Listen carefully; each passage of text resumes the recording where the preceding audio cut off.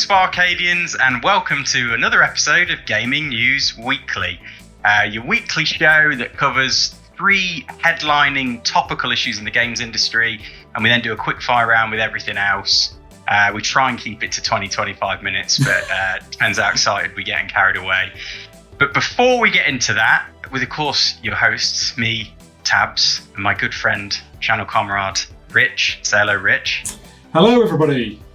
But before we get into the juicy news topics, we always talk about what we've mostly been playing in a given week, just to catch each other up and you lovely BArcadians on our gaming escapades. So without further banging on, Rich, what have you been up to, my friend? To be honest, it's been so hot this last week or so. I've not had a chance to play any games at all. I've been sweltering and spending, to be honest, a lot of time sat in the garden just trying to cool off. I don't think I've played a single game. One of our close friends is currently playing Uncharted at the moment, Uncharted 4. I think it's Uncharted. It's 4, isn't it, Tabs? Yeah, Uncharted 4, yeah. And he's been giving us little updates, little screenshots of that, and I've really enjoyed almost playing along with him from afar almost. It's been really enjoyable. I've enjoyed vicariously, re-experiencing it. It's a brilliant game, so I've enjoyed hearing about that. So that's pretty much my only gaming, very tentative link, but that's my only gaming I've done this week, Tabs. What about you, mate? Yeah, I took, just to point out, great pleasure in pointing out the Guybrush Threepwood reference in that game. I think there might be a couple of Monkey Island references, but yeah, if you played it, you know what I mean. And our friend did find it, Bob found it. But yeah, for me, mate, I've actually got some things to report on for a change, which is great. So, no PES, which is interesting because our first story is all around PES. But I've been playing Skyward Sword intermittently. I've started using the motion controls as well. Wow. Which I think is the way to play it. It just really does lift the experience. They're not perfect, but it was custom made for motion controls, and you feel that when you try and play it with a pro controller. Which has started at a 6 out of 10. It's up to about a 7.5 now.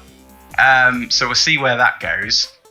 And then also me and the missus actually started a playthrough of Disco Elysium on the PC, which I wanted to return to since they uplifted it with this Final Cut version and it being fully voiced. Oh, thunder outside, excuse me. And basically, it's going well so far. The missus is still engaged with it. She said it's weird, but I think she kind of likes a whodunit, and it's sort of a detective adventure game, so fingers crossed. And obviously you played the original without the voice acting. Does it add a lot with the voice acting? Yeah, it does. It takes away a lot of the strain of reading page after page of menus, which does get on your nerves as you play through. And the voice acting's really good as well. It's lovely to hear how they've characterised certain characters. But enough about that, Rich. Glad to hear we've both sort of been playing some games and enjoying our time. But first topic this week. So first headline reads, PES pegs it. So when we say PES, we talk about Pro Evolution Soccer. The probably mainly rivaled by FIFA, you would say, Rich, wouldn't you? Absolutely. So this article comes courtesy of IGN, and this is what they had to say.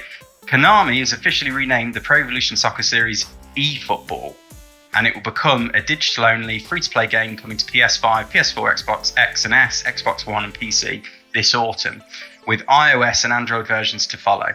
Konami refused to comment on any potential Nintendo Switch version. By this winter, all versions of the game will feature crossplay, although mobile players will need to use controllers to play against console and PC players. It's a major move for the football series, now called eFootball globally, rather than PES in the West and Winning 11 in Japan. And it's been matched with a shift from Konami's Fox engine to a custom-built new engine created with Unreal 4. Crucially, it appears that all versions of the game from new-gen consoles to mobile will be functionally the same, not unlike Fortnite, presumably meaning the hugely successful PES Mobile will also be phased out or replaced. eFootball will launch with exhibition matches and seemingly a section of 9 clubs to play with.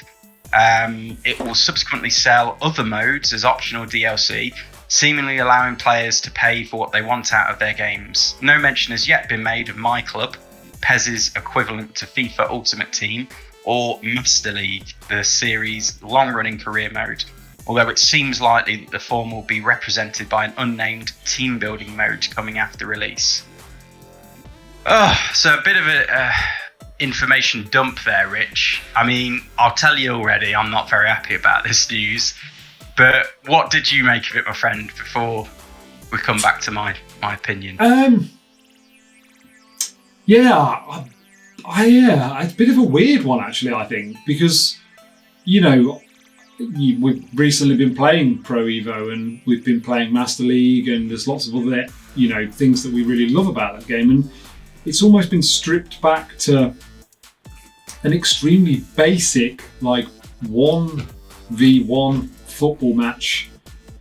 Yeah, that's a bit. I don't know. I think it's a bit weird. I'm not sure why they've done this. I sort of don't really understand the reasoning behind it. I mean, yeah. What do you think, Tabs? I mean, yeah, you obviously have some strong opinions on this. So tell us all about them. Well, I watched this trailer, and they talk in the trailer about there's 4 times the amount of animations now. And they talk about the technology a bit, and this new kind of one-on-one evolution to the gameplay. So there's a real focus on one-on-one skills and abilities, that kind of offense, defense between defender and striker or attacker. And that sounded interesting, so I was kind of excited. And then I read all this stuff about what is essentially amounting to them creating a game as a service of PES, and then delivering this free-to-play stripped-back model without a lot of modes and teams. Therefore, they're going to be gatekeeping a lot of the content for you to make purchases. They're presumably going to monetize the heck out of it in ways as well. It just really disappoints me. I was really looking for them to funnel, when they said we're going to take a bit of time, rebuild this experience from the ground up. I thought we were going to see like a full-fat next-gen version. Is really going to utilize the next-gen technology. Instead, they've actually gone the opposite direction. Yeah. Because they're using Unreal 4 because of how well it's scaled across multiple consoles. So if anything, it's probably going to hold it back in terms of delivering that next-gen visual, graphical fidelity that we perhaps wanted to see. Because it's got to scale across all these different devices from the sounds of it, mobile upwards. So I just feel like this isn't a decision as a PES fan for many years of my life. It isn't for me. I think they've taken it in the wrong direction and bang on trend, as we've been talking about in a lot of the news shows recently, Rich, games as a service and that sort of ubiquitous platform approach. How Absolutely. Sad. I mean, the thing that's most bizarre about this, in that trailer that you're specifically referring to, they refer to really cool technology that they're using, like the way in which the defender will shadow the attacker, and it really makes it sound like that they've done their utmost to create, a proper simulation of football, and it sounded brilliant. But then to go, oh yeah, but it's free to play, you think, that's a bit weird. And the fact it's going to be on every platform, you just think, surely this is going to end up just a massively watered down experience. There's talk, mate. I don't know if it's covered in there. I can't remember what I said now. But there's talk about it going into the future, mate. So they're not actually updating this. It's going to be like a platform that they incrementally update, but it's going to be a consistent platform for years in the future. So it's not we're not going to get like a considerable refresh each year like we sort of have in the past. Which again just makes me feel uneasy about, okay, where's the incentive to progress the game and the technology and the experience? And I've actually played the demo that came out, and I wasn't that impressed with it, to be honest. I mean, it seemed okay, and I know that was probably an early build to give you an idea of the game, so I'm sure the proper game will be different. But graphically, it looked a bit rubbish, to be honest. Gameplay seems similar to PES of old. But yeah, I don't know. I think this is all a bit worrying. I would say worrying for the franchise. Yeah, for me, it just strikes that same note as we're seeing in a lot of companies. They're turning these franchises into cash cows and stripping their souls out. That's what it feels to me. Like we're losing what was at the core of the experience initially when the idea first came into being, and it's just becoming this. Yeah. It's just built for commercial means and nothing else, really. But let us know your thoughts, BArcadians, in the comments down below. Would love to hear them. promise I'll get back to you if you have anything to share. But Rich, do you want to move us on to the kind of the showpiece of this week's news? There's a lot to talk about. We'll try and keep it as brief as we can, but kick us off. Absolutely. So, Ubisoft sinking ship. And this comes courtesy of VG 24/7. Remember the Ubisoft game Skull and Bones that was announced at E3 2017? It has been in development for 8 years and is just now reaching the alpha stage of production. That's according to various Skull and Bones developers at Ubisoft who spoke with Kotaku recently. What started off as an offshoot of Assassin's Creed Black Flag back in 2013, instead of being released as a post-launch update, the project became its own title and went into development at Ubisoft Singapore. The game was announced at E3 2017 as a cooperative multiplayer title with PvP and plenty of environmental factors to contend with, such as wind and ocean currents. It all sounded rather fun, and many were looking forward to its release in fall 2018. However, in May 2018, Ubisoft announced they had delayed the game to 2019. All seemed to be going well despite the second delay, because the public was given another look at the game during E3 2018. Then, when May 2019 rolled around, the game suffered yet another delay, pushing it into the company's 2020-2021 fiscal year. Then came news of a reboot of the game, and finally last we heard it is now expected to be released sometime after April 2022. So the reason for all the delays, according to the 20 current and former Ubisoft developers, as well as those knowledge of the game, it has suffered from a troubled development, mismanagement, annual reboots, and there was apparently never a clear creative vision behind it. Wow, what a mess this sounds like. Go on, Tabs, you've got something to say. I was going to say, I'll take the baton there, because what we've done here, we're going to talk a little bit more widely about some of the stories that have also broken around Ubisoft Singapore, because as it factors in, they've been a big part of the potentially development hell of Skull and Bones. Just so we can paint a bit of a broader picture, give you some context, and then we can discuss, Rich, about the game, but also more broadly about Ubisoft, as we said in the headline, its sinking ship. So Ubisoft Singapore, latest leak in the hull.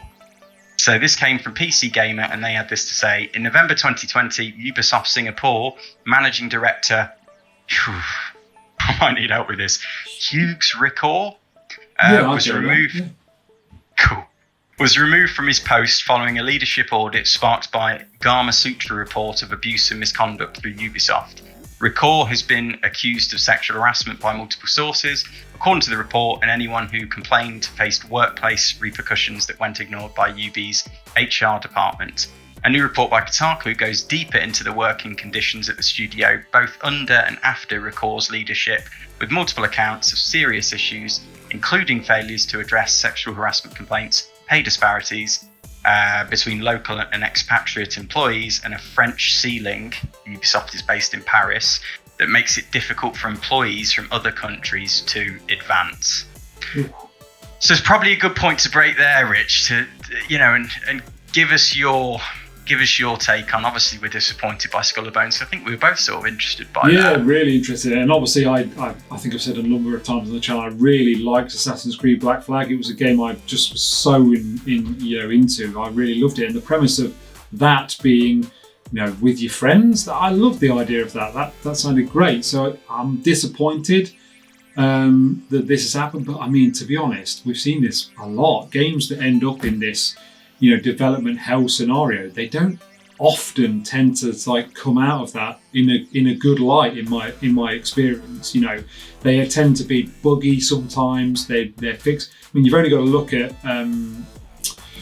Cyberpunk as a game that was in development hell and then came out and was just a bit of a mess. So I'm hoping that doesn't happen with this. But do we expect further delays? And we spoke at length about the scenarios of people who work in the industry having good working conditions and that, and I think this Ubisoft Singapore is a prime example of where that's not happening.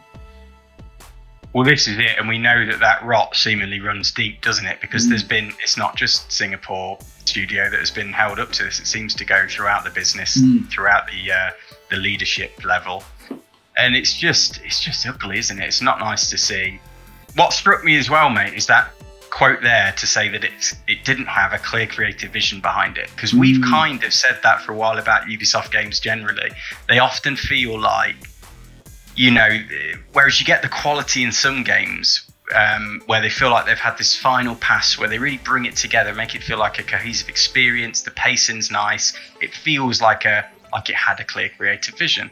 But a lot of Ubisoft games seem to fall short of that final pass of quality, and they can just feel a bit generic and mass-produced almost. It's really interesting. So I didn't watch the YouTube video. I just saw the headline. I was busy doing something else, but I saw the headline on their thumbnail was, has Ubisoft become trend chasers? So they see trends within games, things that are working well, and then they try and formulate a game around that trend because it's popular. People are buying it. People are interested in it. And I thought, what a brilliant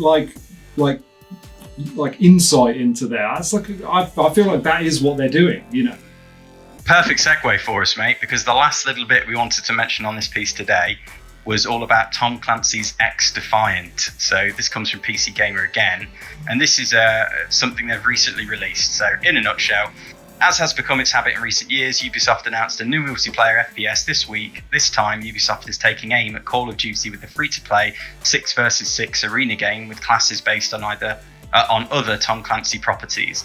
Got character abilities, customizable loadouts, a fast time to kill, and the early gameplay looks pretty fun. Oh, and it's called X-Defiant. Yes, that is really the name. Sorry, I should have ripped off the band-aid earlier. So yeah, just to chime with what you were saying there, mate, perfectly. They're obviously chasing a trend there, aren't they? And they're literally kind of, what it calls out there, pretty much a copycat in some ways of a hero game / Call of Duty in its makeup. And yeah, I mean, what's left to say, mate? Let's hope they make lots of money out of it. But ultimately, I don't know, something feels wrong, doesn't it? Something feels massively off in their leadership, and I'm not that hopeful. I don't think I'd be investing in Ubisoft shares, put it that way. Yeah, I mean, I would say there's a worrying, decisions that are being made, if you start stacking them on top of each other, I am worried about Ubisoft as a brand moving forwards, because they're becoming a bit of an also-ran, and lots of fairly good, or what you would class as fairly good, 7 out of 10 games come out, but nothing comes out from Ubisoft at the moment, for me personally, that I think are desperate to play that. And that's the big problem they've got for me. They're not developing games that people are like, oh, I'm desperate to play that, like we'd see from, other franchises, other big games developers.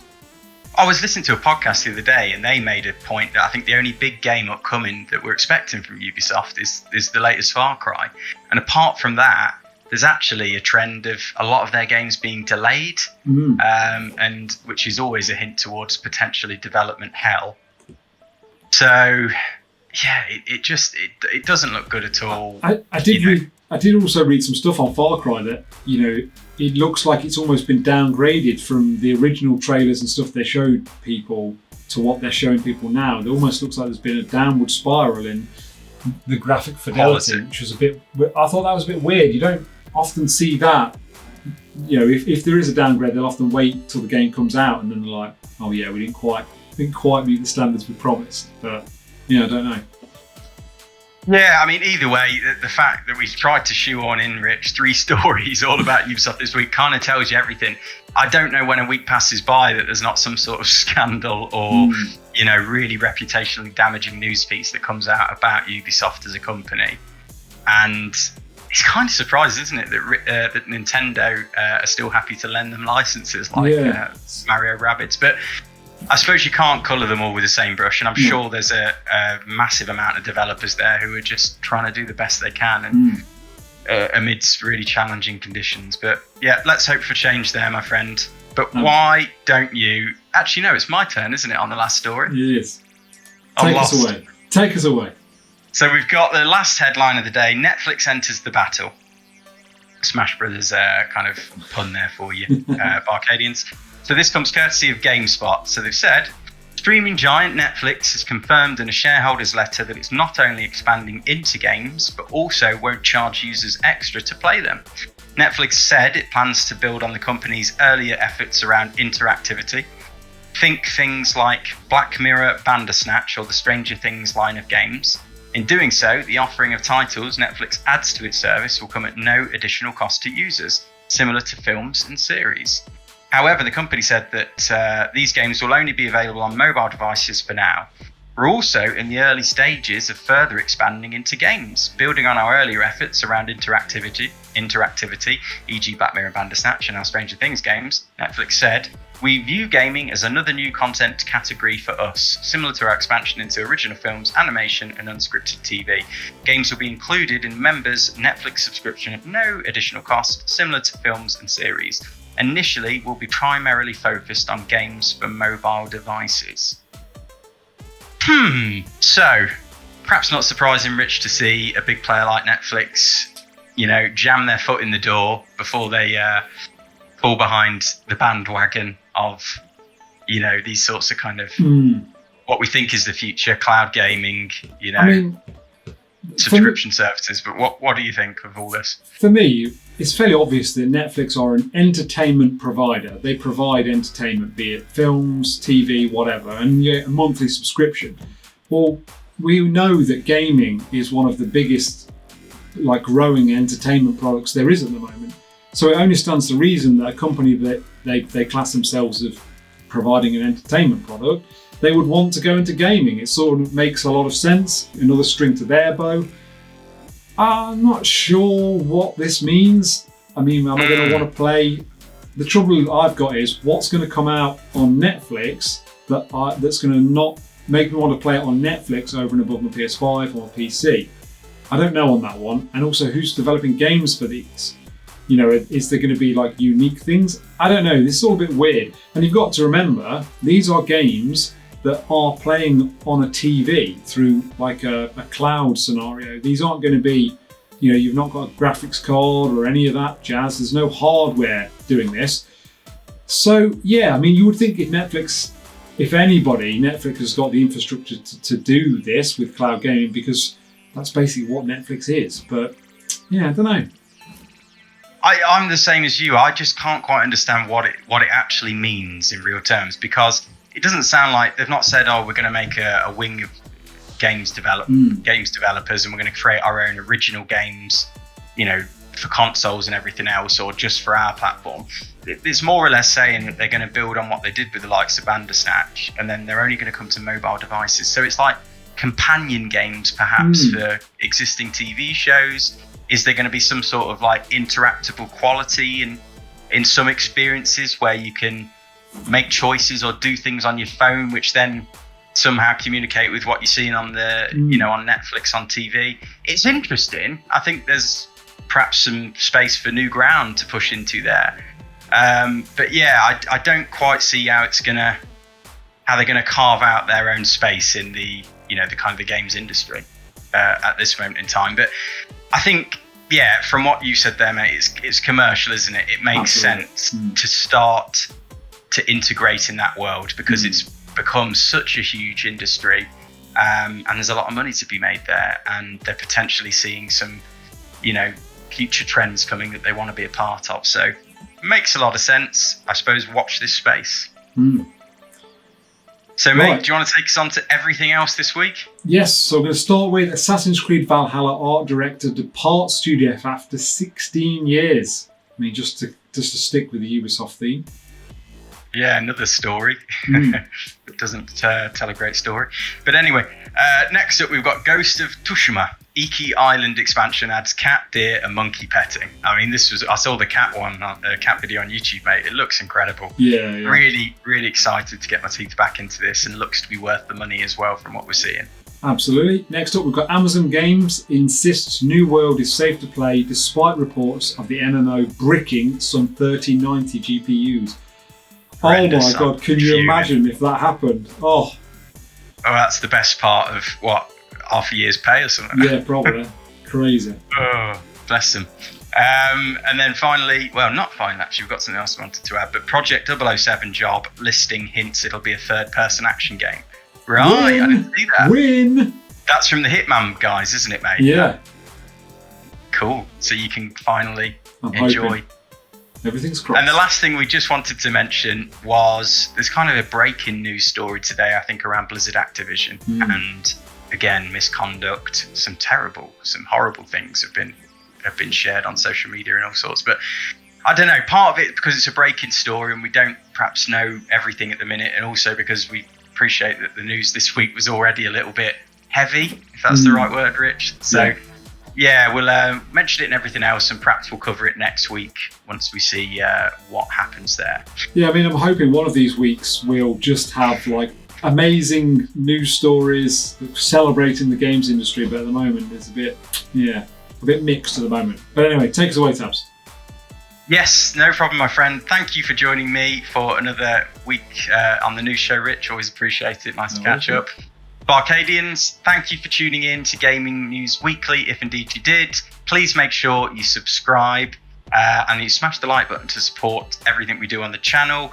And yes, next week, Friday, 5 p.m. UK time, of course, we'll be back ranting on about more games industry stuff. So please join us then. I think that's probably everything we've got to talk about today, Rich. Another one for the archives. Stamped and completed.